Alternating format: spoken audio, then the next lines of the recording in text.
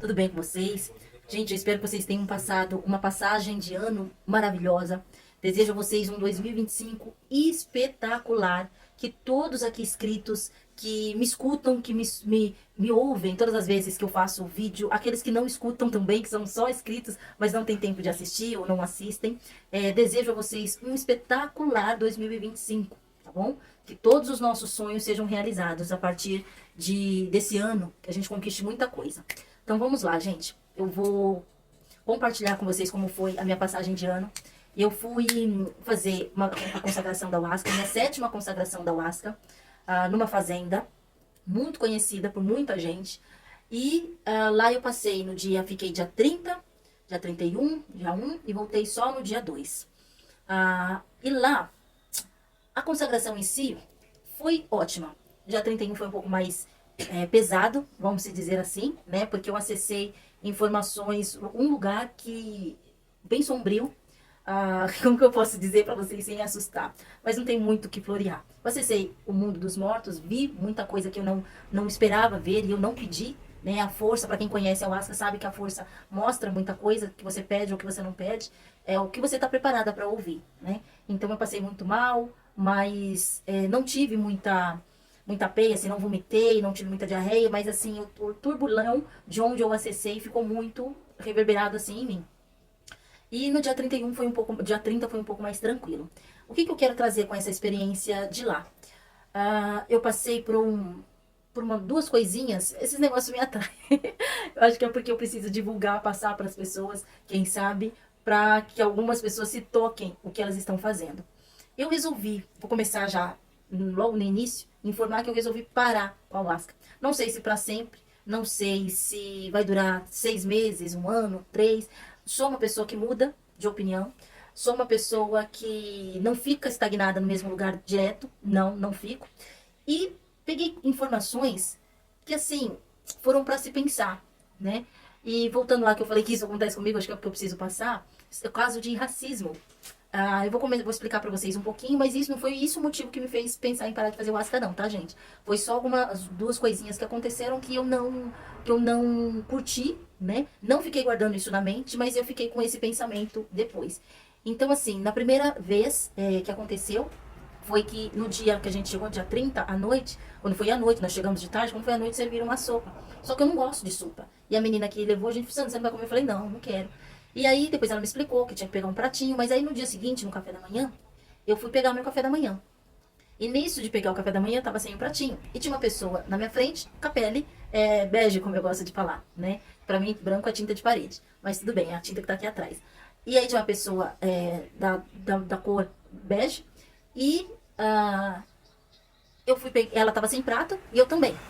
Aí ela falou que tava sem prato, a moça que deu só entregou na mão dela. E quando chegou na minha vez, ela entregou, e eu estava atrás, gente, assim, ó, fila indiana, tá? Igual escola. E quando chegou atrás, ela me deu e falou só pra mim, olhando pra mim, tem que devolver o prato, tá? Gente, é um prato de creche, de plástico, com uma colher de plástico, uma caneca de plástico. Ela olhou só pra mim e falou que tinha que devolver no último dia. Passou. Beleza, ok. Não falou pra outra. Ela achou que a outra não tinha cara de... Ai, gente, de ladra, mas eu tinha, pra você ver. E a pessoa estava ali no lugar onde se consagra o Ayahuasca como ajudante, então provavelmente ela já fez também o uso, já consagrou também. Depois, no dia 31, passei por outro caso também. E por que eu tô contando, gente? Vou abrir um parênteses aqui. Por que eu tô contando isso? Não guardei no coração. Vocês podem falar, mas se você não tivesse guardado no coração, você não tinha contado. Mas eu tô contando para chegar no final da conversa, do nosso bate-papo aqui, e explicar para vocês um contexto muito forte que é impregnado e ninguém percebe, ou ninguém vê, ninguém fala, certo? Ou fica todo mundo na miudinha ali sabendo o que tá acontecendo. Na segunda vez, no dia 31, um rapaz brincou comigo porque eu tinha passado mal, tal, mas ele não estava brincando disso. Eu fiquei no banheiro um tempão, quando eu voltei todo mundo já estava se servindo, já tinha se servido do Réveillon que a gente estava acontecendo ali. E esse homem, né, mais velho que eu, né, rapaz e tal, ele falou, só estava esperando você, né, Morena, para chegar para tirar a mesa e tal. Eu falei, só estava me esperando. E eu fui pegar a lixia. E aí ele falou assim, não pega essa lixia não, porque essa aqui não tá boa. Tem que pegar assim, ó, quanto mais clarinha melhor. Nem todo o escurinho é bom. E deu risada. Eu, como já tinha acabado de passar mal, já tava ali zoada, aí eu falei, não, eu não vou discutir. Até porque eu não discuto com mais ninguém. A minha paz vale muito mais do que ter razão. Passou-se. Isso no dia 31. Dia 1 fomos nós para um poço que tinha perto, a gente queria uma cachoeira, mas não deu certo, porque a cachoeira era longe, enfim. Fomos em um outro lugar e essa mesma pessoa veio falar porque eu estava ali separadinha. Eu estava conversando com as mulheres que foram comigo e tal, mas eu estava mais de canto. E aí ele brincou que eu não queria entrar na água para o meu cabelo não ficar assim. Beleza. Já 2-0 para esse cara. Quando chegou no terceiro, aí depois ele veio conversar comigo e tal e tal. E aí ele começou a perguntar por que eu tinha ido na Alaska tão longe, se eu morava em São Paulo. Eu falei que sim e tal. Aí ele falou, eu conheço onde você mora, porque eu moro em tal bairro, você conhece, sei, conheço, sim, e tal. E eu expliquei pra ele onde eu morava. E depois a gente entrou no assunto de filho. Eu falei assim, meus filhos não ligam pra eu tomar e tudo e tal. E aí ele perguntou da idade dos meus filhos e eu falei, né, 24, 23. E aí ele falou, nossa, você tem uma filha de 24, uma pretinha na favela, que não casou ainda? Eu falei, mas quem disse que eu moro na favela? Ah, mas lá pra cima o que que tem? Tem esse bairro. E começou a falar. Eu falei assim, mas eu não moro nesse bairro. Eu não moro lá pra cima, eu moro em tal lugar. Onde eu moro, eu nunca morei em favela. E eu não tenho nada contra, gente. Eu nunca na minha vida morei em favela mesmo. Mas se eu tivesse morado, eu não estaria nem aí também. Mas ele deu risada. E falou isso, né? E depois ali eu comecei já a associar uma coisa com a outra. Aí eu perguntei pra ele, quanto tempo você toma máscara? Eu comecei com 16 anos, depois com 32, ok? Aí eu fiz as contas e pelo que ele falou, ele explicou, fazem 30 anos. Agora vamos pra minha decisão. Uma pessoa lá, a primeira mulher, e depois uma pessoa que por 30 anos consagra, ter esse tipo de comportamento, o que deixa claro? Que existem pessoas que têm a mente tão suja que não adianta consagrar o ASC. Não adianta estar dentro da igreja cristã, evangélica, 10, 20, 30 anos, porque ainda tem soberba, arrogância e prepotência, como eu já conheci muitos. Não adianta você estar no centro de Umbanda, rodando ali na gira, se a pessoa é cheia de preconceito também. Não adianta você estar no espiritismo e também estar cheia de coisas podres dentro de você. Ou seja, nenhuma na igreja católica, não tem, né, uma pessoa, uma carola, eu estava conversando isso com uma cliente minha, que ela estava comentando e tal, sobre uma pessoa que não sai da igreja católica, vive com terço e tal, mas apoia todas as coisas erradas que o filho faz e não tem essa noção do que é errado. Então, o que adianta você estar no meio de um lugar que aparentemente traz para você, aparentemente não, que o foco é trazer a evolução e a expansão de consciência e o amor que o divino traz para nós, o amor por todas as pessoas, o amor incondicional, a evolução espiritual, se você não quer sair da sua zona de conforto de tirar as coisas que impedem você de evoluir. Então, eu nunca passei racismo na igreja cristã, evangélica, mas pode ser que as pessoas tenham me olhado e tenham falado, não na minha cara, mas em outras. Mas já vi gente falando também que já passou por isso em igreja cristã e tal e tal. Já ouvi gente falando que já passou na Umbanda caso de abuso, do pai de santo querer abusar, de não sei o que, não sei o que lá. Na igreja católica a gente já ouviu bastante na televisão de que padre faz isso, faz aquilo. O que eu cheguei na conclusão? A ayahuasca, tudo que ela traz, em 40 minutos ela consegue expandir a sua consciência. A meditação consegue também expandir a sua consciência. DMT é o hormônio, é o que faz a gente elevar a expansão de consciência. O DMT é produzido por nós também. A gente consegue produzir DMT. Porém, o caminho para produzir DMT e fazer você ter essa expansão de consciência é um pouco mais demorado. Por quê? Porque vem da meditação. Eu já medito. Então, cada vez que você faz uma meditação, mais você se evolui. Quanto mais evolui. E quanto mais você evolui, mais você chega num patamar, não de Jesus Cristo, não de Deus, mas você chega num patamar em que você fala assim, eu não tenho... O intuito é isso, né, gente? Eu não tenho preconceito de cor, eu não tenho preconceito de sexualidade, quem é gay, quem é homem, quem não tenho. Eu não tenho arrogância, prepotência, e você vai eliminando essas coisas. Esse é o intuito. Quando você entra numa igreja cristã, o intuito é amar o próximo. Assim como Jesus Cristo manda a gente fazer, como a ti mesmo.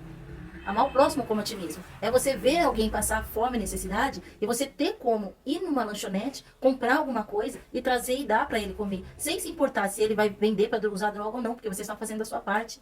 Você está num terreiro de Umbanda, você precisa entender que seja pai de santo, mãe de santo, não importa, mas respeitar todos que estão ali, não ficar julgando. Pô, essa daí quer entrar no meu terreiro para ser minha filha de santo, olha como ela se veste, olha como isso, olha como aquilo, olha como faz e não sei o quê. Então, somos todos seres tentando uma evolução, mas como a gente pode ter evolução, sendo que nem dentro da gente a gente quer? Porque uma pessoa que consagra há 30 anos algo tão profundo, para quem consagra o Asca e está aqui me assistindo, sabe que não é uma coisa leve. A gente precisa se concentrar 5, 7, 10 dias antes, meditar, não comer carne, não ter relação sexual, não xingar, não brigar, tentar não entrar em energias negativas, não ter julgamento e tudo mais, para que você faça um trabalho interessante para você, entre você, o divino e a força.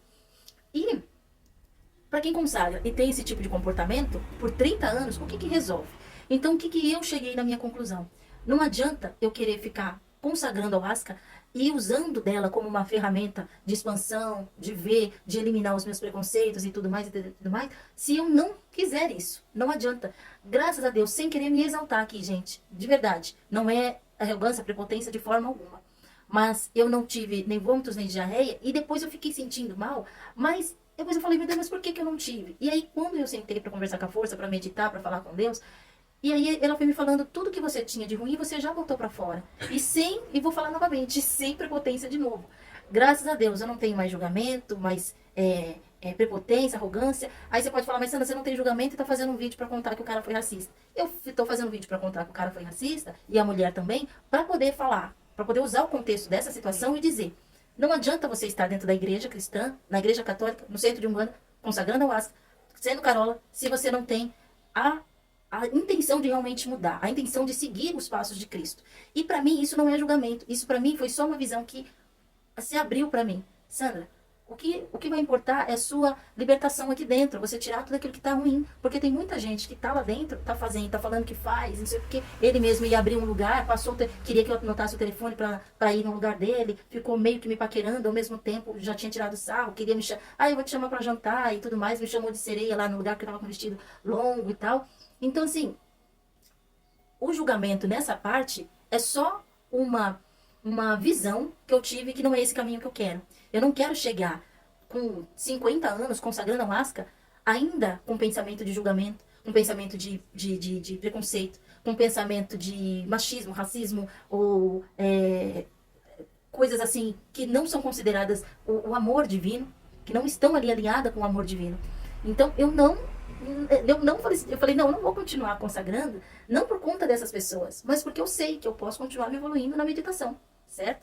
E é muito importante a gente conseguir evoluir na meditação, porque a conexão é com o todo. E aí eu tava falando sobre isso com o rapaz que eu tô namorando, né, o meu namorado, e ele falou uma coisa, ele comentou uma coisa que me deu um gatilho. Eu falei, caramba, não é que é verdade?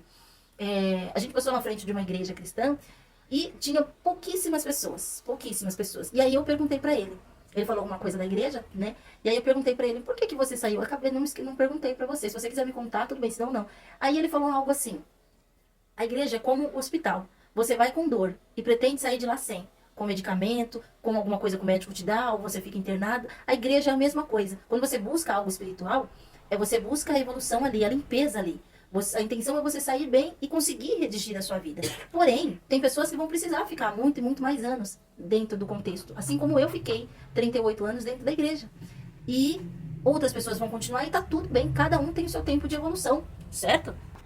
E essa evolução, gente, quando eu falo de não evoluir nada, essa evolução depende da gente. Não vai adiantar ferramenta alguma.